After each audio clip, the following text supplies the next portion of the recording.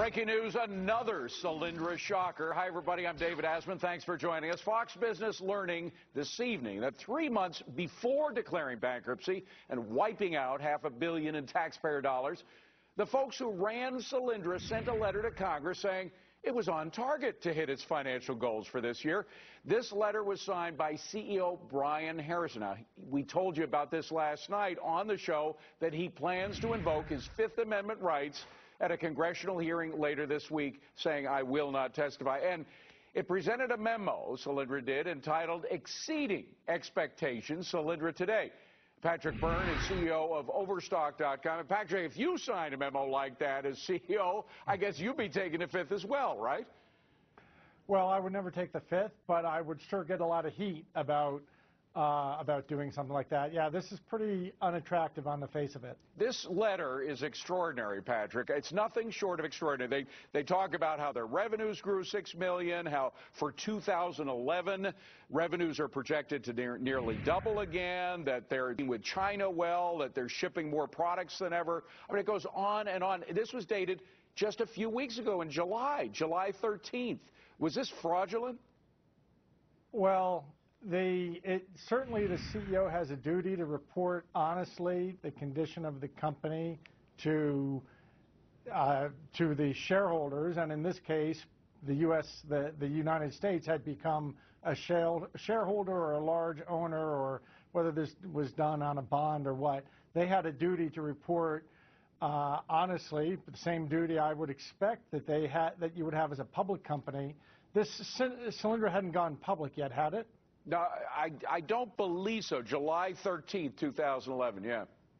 No, so it is, but it presumably would have the same duty to the U.S. people vis-a-vis the Congress as it would have had reporting to the public had it been a public company. Well, particularly because it had a fiducial responsibility to the American public, having taken $500 million of their tax dollars in loan guarantees. So it had that. But the overall point here, and this is what you've talked about for so long, for at least a year of the Obama administration, for the first year, he kept saying public sector is good, the private sector screwed up. The public sector is the one that's going to save our butts. We got in all this trouble because of all the bad thing they did, motivated by greed, et cetera. The public sector is the knight in shining armor that's going to ride in on a white horse and save us. Well, what we have found out is, in fact, there are a lot more checks in the private sector than there are in the public sector, right? Yeah, it's pretty much bizarro world, as the old Superman comic had it, where everything is upside down, and black is white, and truth is false. I think that this collapse has come about in large part. I think that all the explanations about greed of bankers and stuff are very superficial, although they are greedy. You can be greedy. This is mostly because the government has made some really fundamental philosophical errors, including distorting, for example, our housing market to the point that it crashed.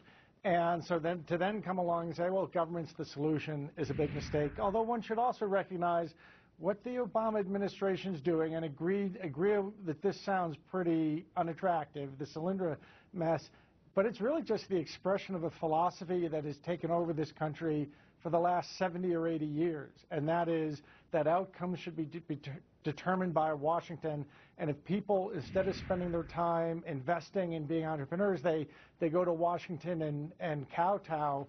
That's how you get things tilted. But, maybe I'm too ambitious here, Patrick, but I think you're right, by the way. This is something we've been sort of leading to over the past 60, 70 years, but I think this might be the break. I think we may be at a turning point in our country where we have enough clear examples. We had such a massive experiment in the idea that the government's going to clean up the mess, and the private sector was the one that started it. They don't know how to monitor their own affairs, and the public sector will do it.